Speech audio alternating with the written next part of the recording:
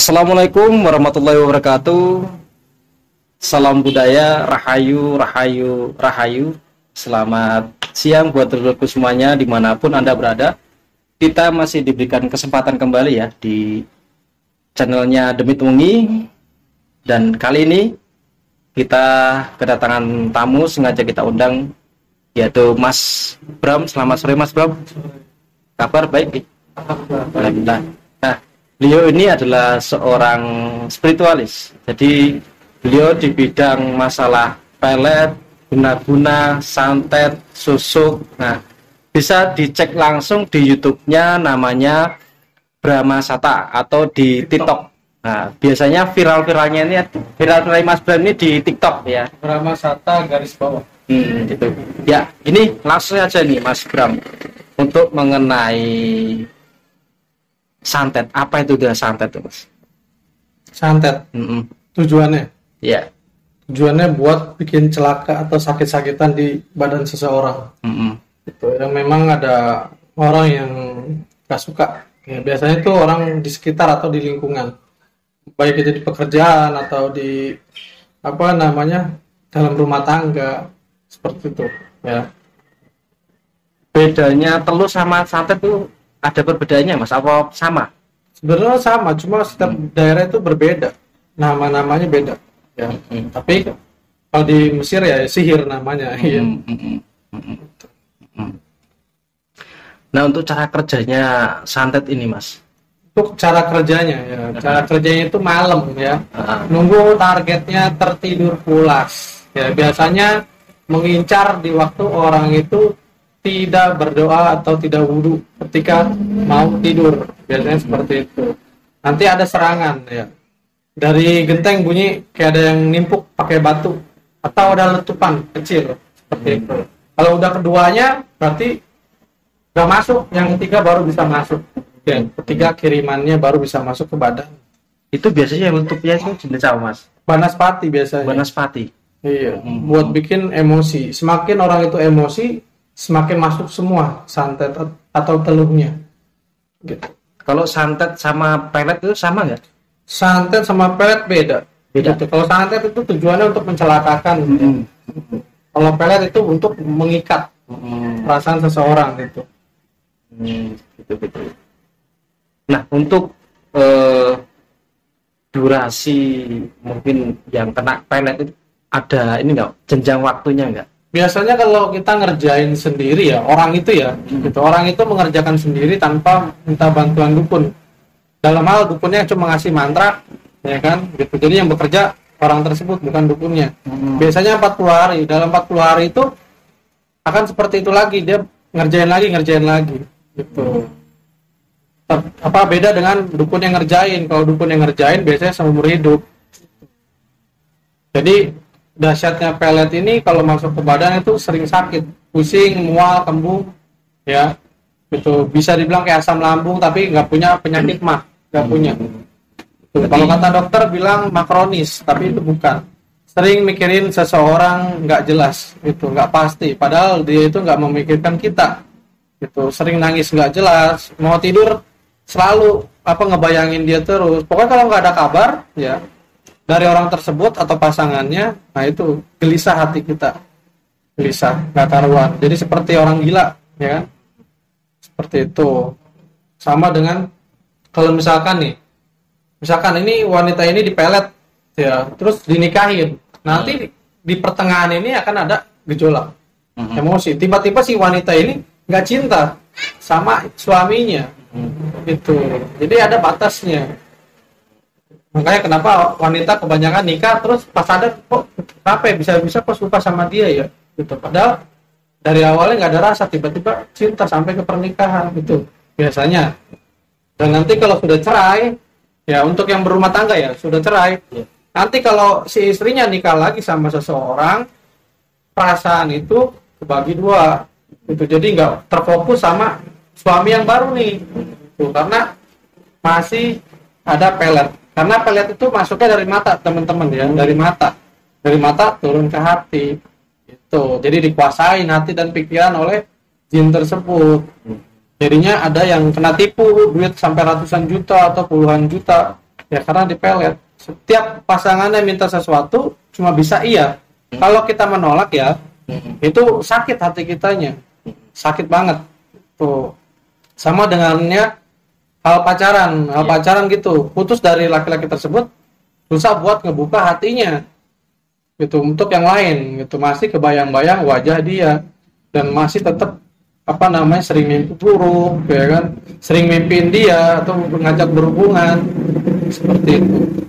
Kalau untuk mengantisipasi, Mas. Mengantisipasinya. Nah, untuk teman-teman perbanyak ibadah ya, dekatkan diri kita kepada Allah Subhanahu wa taala. Ingat, sihir, santet nggak akan masuk ya ketika Allah nggak menghendaki. Kalau sihir atau santet atau pelet masuk ke badan kita, itu semua adalah ujian dari Allah ya kan. Itu ambil hikmahnya. Itu santet bisa masuk karena Allah, nggak masuk pun juga sama karena Allah. Itu jadi untuk yang belum pernah merasakan seperti ini, lebih banyak ibadah dah ya, dibenerin lagi, hatinya pun dibersihin lagi. Itu memang hati manusia tuh sulit untuk membersihkan, tapi alangkah baiknya harus berusaha gitu. Karena santet atau sihir atau pelet bisa masuk ya hatinya juga, dari hati yang ngebuka seperti itu. Berarti pada intinya kita harus pikirannya harus positif. Seperti itu. Ya. Kita harus sering-sering berselawat, berdoa pada Allah Subhanahu wa taala agar terhindar dari sihir atau santet itu. Iya, pokoknya jangan tinggalin sholawat. Sehari pun jangan tinggalin ya. Itu usahakan namanya sholawat. Nanti kalau mau tidur, wudu dulu, habis wudu, ya kan, sholawat, terus baca doa yang lain, habis itu baca doa mau tidur, lalu tidur, karena kita dijaga oleh malaikat ketika kita tidur ya. Itu karena santet atau pelet atau sihir masuk ke badan seseorang itu malam. Kalau kalian lengah, dia bisa masuk. Untuk mengenai susuk lah, Mas, susuk yang belum tadi ini. Susuk. Mengenai susuk. Ya, biasanya sih ada dukun-dukun ini ya. Dukun-dukun belek ya. Biasanya gitu. Jadi dia itu beli di toko-toko ya. Ada namanya susuk-susuk emas ya, yang panjang-panjang segini ya, dan susuk-susuk lain kayak minyak atau namanya susuk loloh ya. Gitu, susuk loloh. Itu biasanya mengiming-imingkan supaya udah kamu pakai susuk aja ya, supaya orang ngomong ini didengar sama kamu, atau namanya buat naik jabatan ya kan, atau buat dan lain sebagainya. Buat kebal pun ada pakai susuk kebal ya gitu. Nanti dia ngasih tahu pantangannya nggak boleh makan pisang emas, terus daun kelor, terus daging mentok, itu nggak boleh karena akan rontok, katanya rontok ya. Tapi yang saya pelajari ya kan, yang pernah saya tangani itu tidak rontok walaupun sudah dilanggar, atau orang tersebut melanggar pantangan gitu. Ketika melanggar itu aura dari jinnya itu melemah gitu. Anda bisa cantik, bisa didengar ucapannya, bisa naik jabatan, itu karena jin ya. Karena bantuan jin.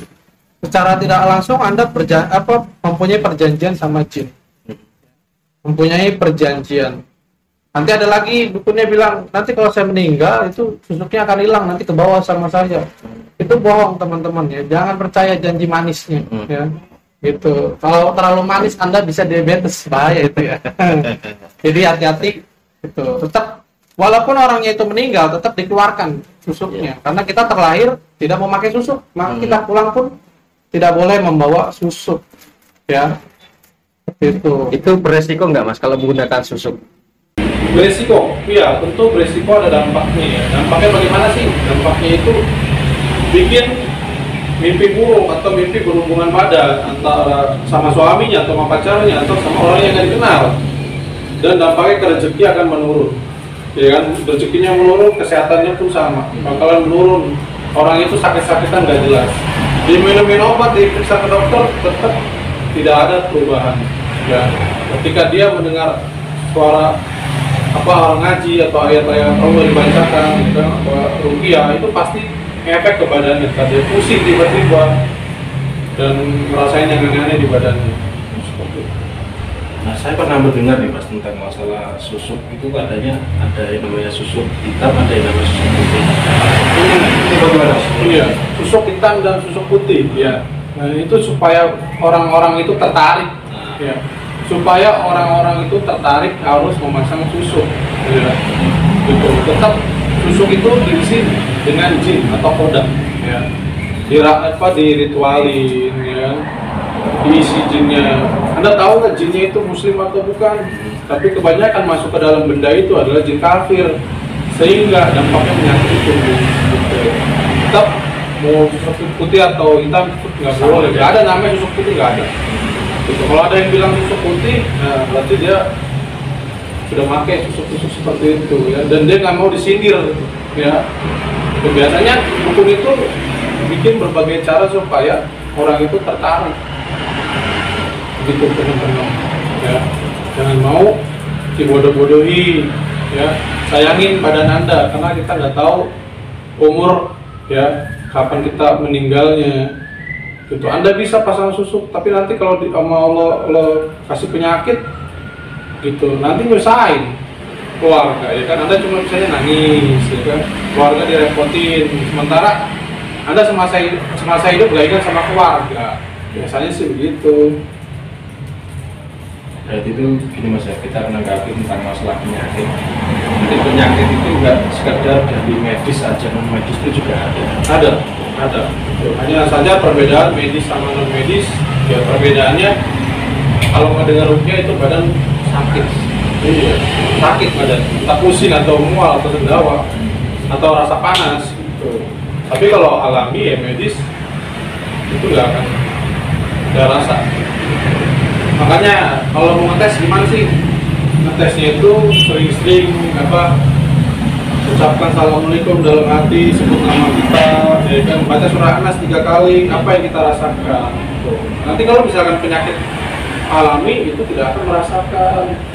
Kalau buatan dari manusia atau kita pasang susuk dan lain sebagainya, itu akan ada dampak. Rasa kurang nyaman sama badan. Seperti itu Mas. Mungkin ada pesan-pesan buat sedulur-sedulur semuanya yang nonton di YouTube. Oh, iya. Pesan-pesannya, iya. Pokoknya saya doakan yang nonton live ini rezekinya lancar, yang belum nikah mudah-mudahan di tahun ini bisa nikah, ya. Yang belum mempunyai keturunan, saya doakan di tahun ini punya keturunan anak yang kembar, ya. Amin. Yang belum pernah kakinya menginjakan ke dukun-dukun, ya.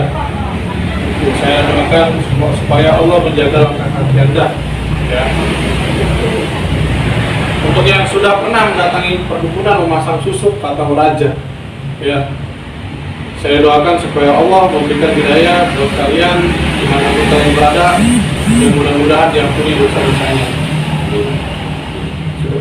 Ya, mungkin gitu aja sedulur. Terima kasih. Semoga video ini bermanfaat buat Anda semuanya. Dan jangan lupa tadi pesan-pesannya Mas Bram ya. Ingat. Dan jangan lupa juga ditonton di YouTube-nya atau di TikTok-nya Mas Bram. Terima kasih dari kami. Wassalamualaikum warahmatullahi wabarakatuh.